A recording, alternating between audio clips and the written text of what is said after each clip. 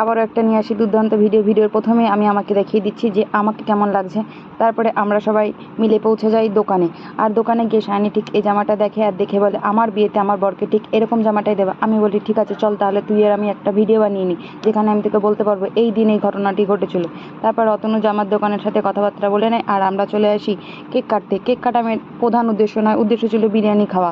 আর বিরিয়ানি খেতে গেলে একটা কিছু তো উপলক্ষ দরকার, তাই ভাবলাম জগবন্ধুর বার্থডেটা যখন করাই হয়নি তার ওর বার্থডের কেকটা কাটিয়ে দিই। শুধু তো কেক কাটালে বিরিয়ানি খাওয়া যায় না, তাই ভাবলাম একটা জামাই দিয়ে দিলে ভালো হয়। আর সেই জামাটাই নিয়ে এসেছি। নিয়ে আসার পরে আমরা কেক কাটি আর এই বেশিরভাগ কেকটাই খেয়ে নেয় অতনু। তারপরে শাইনি বলে আমিও ছাড়বো না, যা পড়ে আছে তাই খেয়ে নেবো। তাই শাইনি তাই যা পড়ে আছে তাই কুড়ে খেয়ে নেয়। এরপর আসি সেই বিরিয়ানিতে শাইনি ছাড়ে না। ও দেখাচ্ছে কীভাবে বিরিয়ানি ঢালতে হয়, কিন্তু বিরিয়ানিটা ঢালবে না, কারণ উদ্দেশ্য একাই খাবে, ভাগ করে দেবে না কাউকে। আর হ্যাঁ, বিরিয়ানি আমি খাই না, তাই আমি খেয়েছিলাম অন্য কিছু, তোমাদের সেটা আমি বলবো না।